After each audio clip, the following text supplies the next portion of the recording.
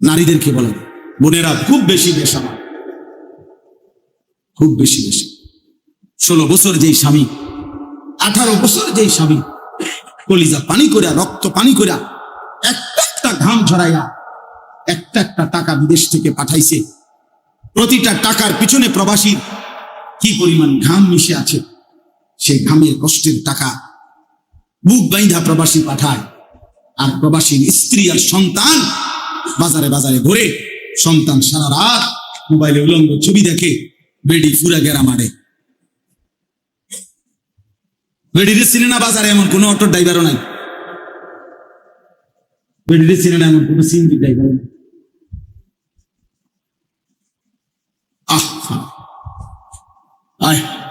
ওনার জামাই বিদেশ, ওনার মোবাইল 3টা, বেডির মোবাইল 3টা, জামাই বিদেশ। হাঁটে যে মনে হয় যেন নবাব সিরাজউদ্দৌলার নাতনি। লজ্জায় পুরুষ পুরুষ এক সাইডে জায়গা। আগে তো আজীবন ছিল আমাদের মা চাষিদের আমলে, যে আমাকে মা চাষিরা রাস্তার এক পাশে কোনো সময় কোনো কারণে শতভাগ ঢিলে ঢালা বোরকা পরার পরেও একটা ছাতা রাখতেন হাতে।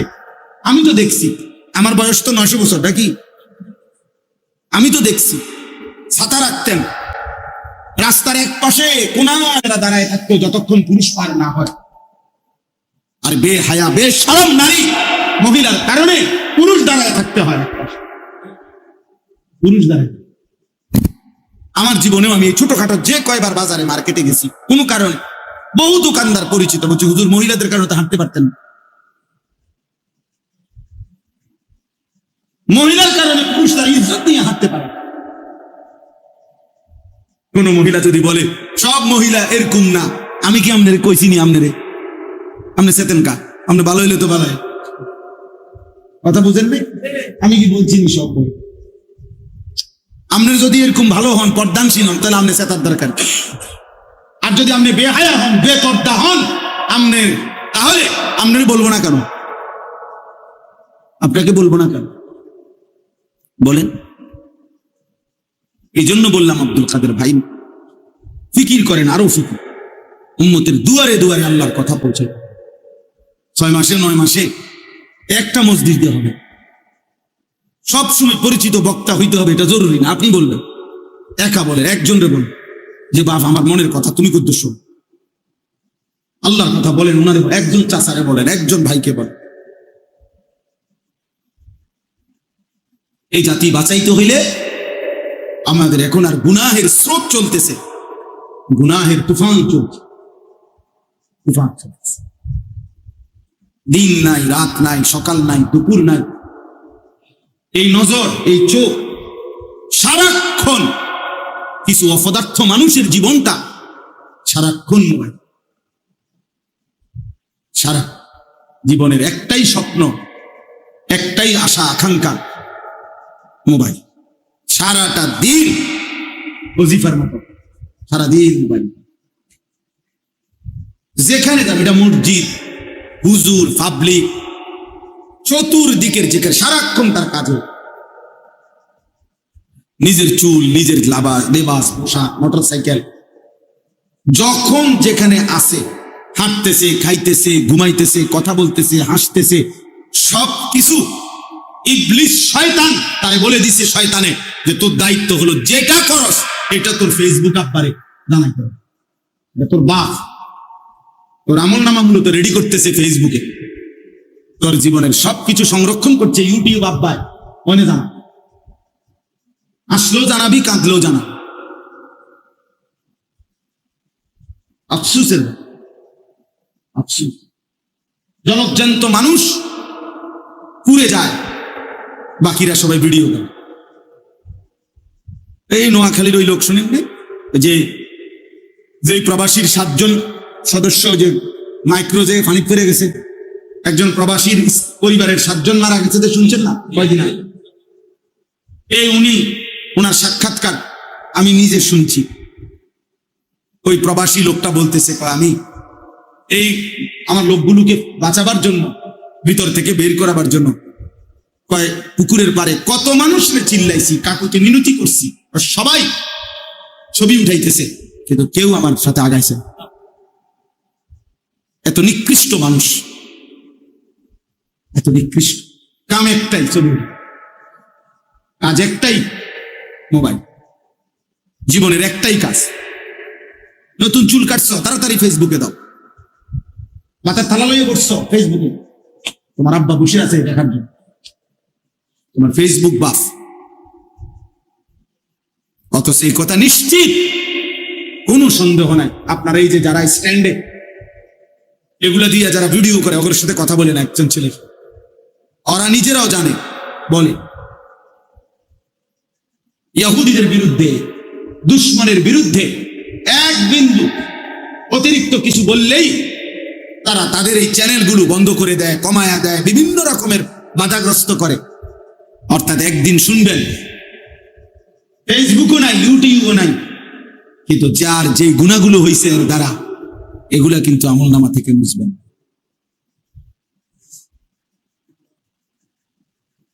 একদিন ঠিকই ফেসবুক থাকবে না, ইউটিউব, টেলিগ্রাফ এখন আর নাই। কত কিছুই ছিল, ফিতাওয়ালা ক্যাসেট এখন আর নাই। তাহলে ফিতাওয়ালা ক্যাসেটে যে মহিলারা গান গাইতো আগের, সেই গায়িকারা, ওই ফিতাওয়ালা ক্যাসেট গুলো তো এখন আর নাই, কিন্তু ওই মহিলার ওই গুণাগুলো, বুঝেন নাই কথা? ফিতাওয়ালা ওই নাচ গান দুমদারাক্কা, ওই ফিতাওয়ালা ক্যাসেট তো এখন আর নাই, কিন্তু গুণা, গুণা। অতএব দোস্ত, এই পৃথিবীর এই প্রযুক্তি, আধুনিকতা একদিন থাকবে না, এটা সত্য, কিন্তু গুণা থেকে যায়। হাসরের ময়দানে ওয়াকুল্লা ইনসানিন আলজামনাহু তায়রাহু আলা উনুকি, আল্লাহ তাআলা বলে প্রত্যেকের আমলনামা আমি আল্লাহ কিয়ামতের দিন তার ঘাড়ের সাথে, তার কাঁধের সাথে লটকায়া দেব। আমাদের দেশে বিভিন্ন অফিস, কোম্পানিতে, প্রতিষ্ঠানে বাচ্চাদের গলার মধ্যে রশি দিয়া এরকম আইডি কার্ড ঝুলাই দেয় না? রব্বুল আলামিন বলে আমি তার পুরা জিন্দেগির আমলনামা এভাবে ঝুলিয়ে দেব। ওয়ানুখরিজু লাহু ইয়াওমাল কিয়ামাতি কিতাবান ইয়ালকাহু মানশুরা, কিয়ামতের দিন আমি আল্লাহই তার আমলনামা তার সামনে খুলে দেব, পড়ো বাবা, ইকরা কিতাবা, তোমার আমলনামা তুমি পড়ো। আজ তোমার হিসাবের জন্য তুমি যথেষ্ট। কাফা বিনাফসিকা আল-ইয়াওমা আলাইকা হাসিবা, তোমার হিসাবের জন্য তুমি যথেষ্ট, তুমি যথেষ্ট। এজন্য গুনাহ ছাড়া দরকার। আমাদের নাফরমানি বেড়ে গেছে। প্রিয় বাপ, প্রিয় সন্তান, সবাইকে বলি, আপনারা শুধু একটা কথা আমারে জবাব দেন, বলেন আপনাদের বিবেকে কি বলে যে আজকে গাজা এবং ফিলিস্তিনে ইসরায়েলের ইহুদিরা শেষ মরণ কামড়, আজকে 2 বছর হয়ে গেছে, 75 বছর ধরে, 76 বছর ধরে তারা রক্ত দিচ্ছে, কিন্তু এই 2 বছরের আক্রমণে গাজা একদম সমান হয়ে গেছে। মাটির উপরে আর কোনো মানুষের অস্তিত্ব কিছু নাই। এখন ওই মাটির নিচে যে অল্প কিছু মুজাহিদ হামাসের যারা ছিল, ইসরায়েলের সিদ্ধান্ত এটা, তারা যে কোনো মূল্যে এই মাটি সব প্রয়োজন উলট পালট করে ফেলবে, কিন্তু একটা মানুষের অস্তিত্ব তারা মুসলমানের বাঁচতে দিবে না এখানে। এবং মুজাহিদিনরাও দোয়া চাইছে সারা পৃথিবীর কাছে অনলাইনে, যে আমরা আর কতক্ষণ টিকতে পারবো আমরা জানি না।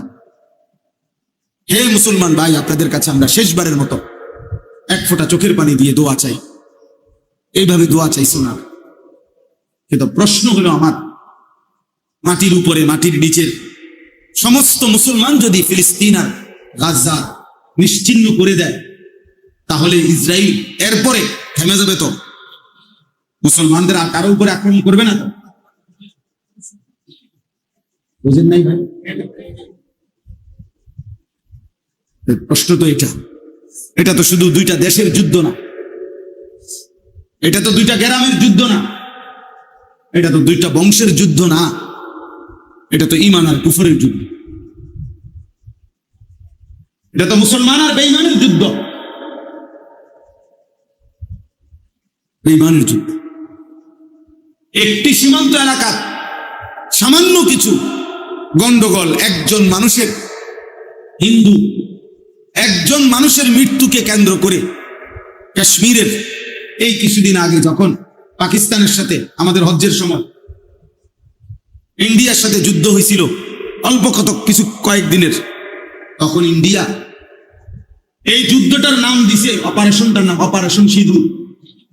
মহিলাদের যে হিন্দুদের সিঁদুর লাগায়, অর্থাৎ এটা তাদের ধর্মের প্রতীক, অর্থাৎ এটা বুঝাইছে তারা এটা তাদের ধর্মের যুদ্ধ, ধর্মের যুদ্ধ। এই জন্য আগামী দিনে যখনই সারা বিশ্বব্যাপী যুদ্ধ শুরু হবে, সেটা হবে ঈমান আর কুফরের যুদ্ধ। এটা ঘুরে গাড়াইয়া এমনে হেমনে হেমনে এমনে, একবার কাতারের উপরে হামলা, একবার ইরানের উপরে হামলা, একবার সিরিয়ার উপরে হামলা, এই সব কিছু মিলাইয়া মিলাইয়া উত্তেজিত করতে করতে করতে একদিন তিল তিল করে শেষ পর্যন্ত ঈমান আর কুফরের যুদ্ধই চূড়ান্ত রূপ নেবে। এরই মাঝখানে দাজ্জাল আসবে, এরই মাঝে মাহদী আসবে, এবং একদিন সত্যি সত্যি ইনশাআল্লাহ আজ কিংবা কাল সময়ের ব্যবধানে ঈমানের বিজয় হবে, কালেমারই বিজয় হবে, ইনশাআল্লাহ আল্লাহর পতাকার বিজয় হবে। কিন্তু দেখার বিষয় হলো আমি সেখানে আমি কিংবা আমার সন্তান, আমার বংশধর মাহাদির কাফেলায় নাকি দাজ্জালের কাফেলায় যুক্ত হবে, এটা হলো দেখার বিষয়। কুরাইশ বংশেরই তো কেউ, বংশ কিন্তু কুরাইশই, নবীর 23 বছরে, মক্কার 13 বছরে কুরাইশ বংশেই দাওয়াত দিছে। কিন্তু দেখার বিষয় হইছে কেউ তো কালেমার পক্ষে আসছে কুরাইশ বংশেরই, কিন্তু কেউ তো কুফরের উপরেও শিরিকের উপরেও তো নবীর বিরুদ্ধে যুদ্ধ করতে গিয়ে যুদ্ধ করতে করতে মৃত্যুবরণ করছে। ওরাও তো কুরাইশ বংশের, এরাও তো কুরাইশ। আবু বকর যেমন কুরাইশ বংশের, আবু জাহেলও তো কুরাইশ বংশের। বুঝেন না হিসাবটা? দেখার বিষয় তো হলো আমি কিংবা আমার সন্তান, আমার বংশধর আগামী দিনে ঈমানের পক্ষে থাকবে না কুফরের পক্ষে, ইসলামের পক্ষে না বেঈমানের পক্ষে, মাহদীর পক্ষে না দাজ্জালের পক্ষে। এর জন্য যদি যথাযথ প্রস্তুতি, আমি যদি আমার স্ত্রী সন্তান, ওই দেখেন ওই অপদার্থ দেখেন, এই আবার ব্যাট খায় মাতালের মতো, মানে এই যে মোবাইল টিপতেছে, একেবারে বাস্তবতায় এদের ব্রেনে কোনো কাজ করে, এটা জানেন না ভাই? ও একজন না, ওরা এই প্রজন্মটাই প্রতিবন্ধী হয়ে যাচ্ছে, এই মোবাইল প্রজন্ম প্রতিবন্ধী হচ্ছে, অর্থাৎ এদের ব্রেন টোটাল কিছু কাজ করে। এখানে যদি আব্দুল কাদের জিলানিও এসে বসে, ও ওর কাজ করে, কোনো ভদ্রতা, কোনো আখলাক, যে কে বাবা, কে বয়স্ক, কে আলেম, এটা মসজিদ, তারপরে এখানে দিনই কথাবার্তা হইতেছে, কিছুর কোনো, ওর মনে যেটা করে এটা প্রতিবন্ধী, এটা প্রতিবন্ধী হওয়ার চিহ্ন। টোটাল ব্রেন বিশ্বাস, গুনাহ মানুষের আকল নষ্ট করে, দিমাগ নষ্ট করে, স্বাস্থ্য নষ্ট করে, খাবারের চাহিদা নষ্ট করে, ইবাদতের আগ্রহ নষ্ট করে, জ্ঞান বুদ্ধি লোপ পায়, চেহারা কালো হয়ে যায়, অন্তর অন্ধকার হয়ে যায়, সত্য মিথ্যা, সুস্থ অসুস্থতা, বিবেক বুদ্ধি পার্থক্য করার অনুভূতি থাকে না। এগুলো কিতাবের কথা। যার কারণে ও রাস্তার পাশে পেশাব করে, অথচ এখান দিয়ে শত শত অটো যায়, সিএনজি যায়, মানুষ যাইতেছে, কিন্তু ও মনে করছে না আমার পরিচয় এদের সাথে না, আমার পরিচয় এখানে যেহেতু আরেকটা কুত্তা পেশাব করে, অতএব আমি আরেক জানোয়ার, আমিও পেশাব করি। বুঝলেন না হিসাব? আমি মানুষের সম্প্রদায়ভুক্ত নই, আমি জন্তু জানোয়ারের সম্প্রদায়ভুক্ত। ওই পশু যেমন পেশাব করে কোন রকম ঢিলা কুলুক, পানির কোনো প্রয়োজন নাই, এই পশুও পেশাব করে সেন্টান দিয়া হাঁটতেছে। বাহ, হাতের আঙ্গুলের মধ্যে কি পেশাব লাগলো না কি লাগলো, এত কিছু। আমি তো ইনসান কাতারে না, আমি তো, আমার তো কোনো নামাজ নাই, আমার তো কোনো সেজদা নাই, আমার তো কোনো সৃষ্টিকর্তা নাই, আমার কোনো ওযুর দরকার নাই, আমার আল্লাহ নাই, খোদা নাই, আমার নামাজ নাই, সেজদা নাই, কাজে আমার হাতে মুত লাগলেই কি নাকে মুত লাগলেই, আমার তো পাক নাফাকের কোনো দরকার না। পাক নাফাকের পেরেশানি তো আমাদের, আমরা নামাজ পড়ি, আমার না টেনশন লুঙ্গি ঠিক মতো গুছিয়ে রাখতে হইব, ঢিলা কুলুপ নিতে হইব, আমার না টেনশন। নামাজির না এটা টেনশন, বেনামাজির টেনশন কি? বেনামাজির টেনশন কি বলে? নিজের দোকান, নিজের দোকানের পিছিয়ে দিয়ে কোনা দিয়ে মুইটা আবার উচ্চাই গেল, আই আবার চা বানাইতেছে। বাহ, কি আপনি যে পেশাব করলেন, পানিও তো নিলেন না, কিছুই করলেন না। এই হাতের মধ্যে যদি পেশাব লাগিয়ে থাকে, এটা যদি সার মধ্যে লাগে, তো বাকি মানুষগুলো কি খাইল না পাক?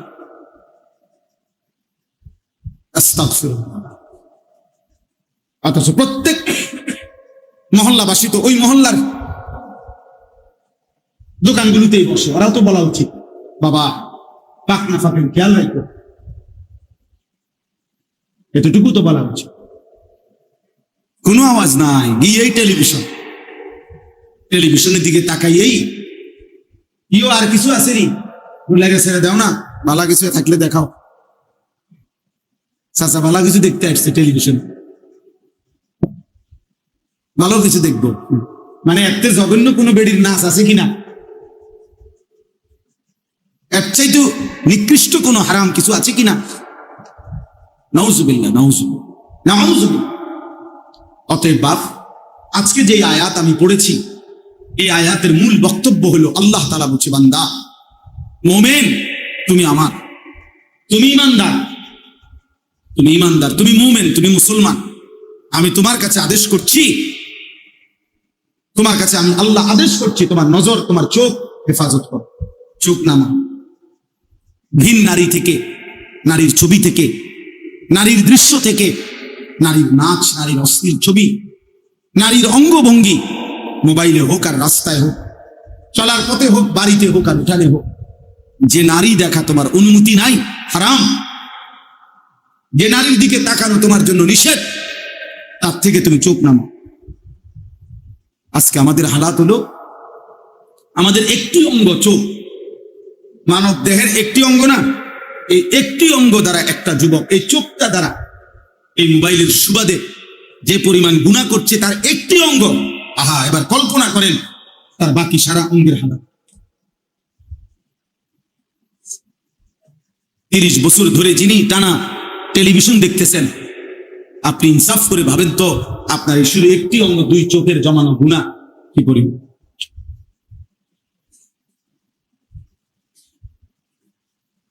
6 মাস ধরে, 6 বছর ধরে যে ছেলেটা প্রতিদিন রাতভর নারীর ছবি, অশ্লীল দৃশ্য, উলঙ্গ নাচ গান, অসভ্যতা দেখছে, তার মা কোথায়, তার বাবা কোথায়, তার পরিবার কোথায়, তারে ফিরাবে কে, তারে বাঁচাবে কে, তারে জাহান্নাম থেকে ফিরাবে কে? বলে বাবা হয়তো বাজারে তার ঘাম বেয়ে বেয়ে পড়তেছে, একটা একটা টাকা, কতবার এরকম গামছা দিয়া হয়তো বাপে কতবার ঘাম মুচ্ছা, এরপরে টাকাগুলো গুনছে। আমি সেদিন দেখছি ভাই, সিমেন্ট নামাইতেছে বস্তা, একটা লোক ট্রাকে, আমি তাকায় রয়েছে তার দিকে। বিশ্বাস করেন আব্দুল কাদের ভাই, তার সারাটা শরীর ঘামে ভিজা, মনে যেন সে পানির মধ্যে এরকম ভিজে গেছে, চেহারাটা ঘামে। একটা একটা বস্তা সিমেন্ট এই ট্রাকটা থেকে নামাইয়া যে গোডাউনে রাখতেছে, কি পরিমাণ ঘাম ঝরতেছে লোকটা। তাহলে একটা বস্তা নামাইয়া গোডাউনে রাখলে হয়তো সর্বোচ্চ 10 টাকা ধরে নিলাম, এর বেশি না। তাই 50টা বস্তা যদি লোকটা নামায়, তাহলে 500 টাকা। কিন্তু 500টা টাকা কামাই করতে গিয়া 50 বস্তা সিমেন্টের জন্য তাকে 50 বার কোমরটা বাঁকা করতে, নইলে বস্তাটা নিব কেমনে? 50 বার তার কোমরটা বাঁকা হয়ে গেছে 10টা টাকার জন্য, প্রতি 10টা টাকার জন্য। এই ঘামে ভেজা 500টা টাকা নিয়ে যখন সে ঘরে আসা দিল, এমন রক্ত ভেজা, ঘামে ভেজা টাকা দিয়া জমানো তার বাবার সেই টাকা, সন্তান নামের ওই জানোয়ার ওই টাকা দিয়ে সারা রাত মোবাইলে উলঙ্গ ছবি।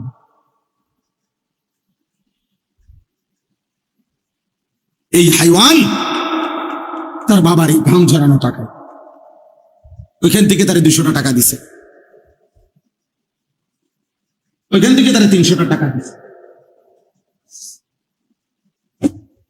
আর ও সারা রাত অশ্লীল ছবি দেখে দেখে বাবার এই ঘামে ঝরা টাকা শেষ।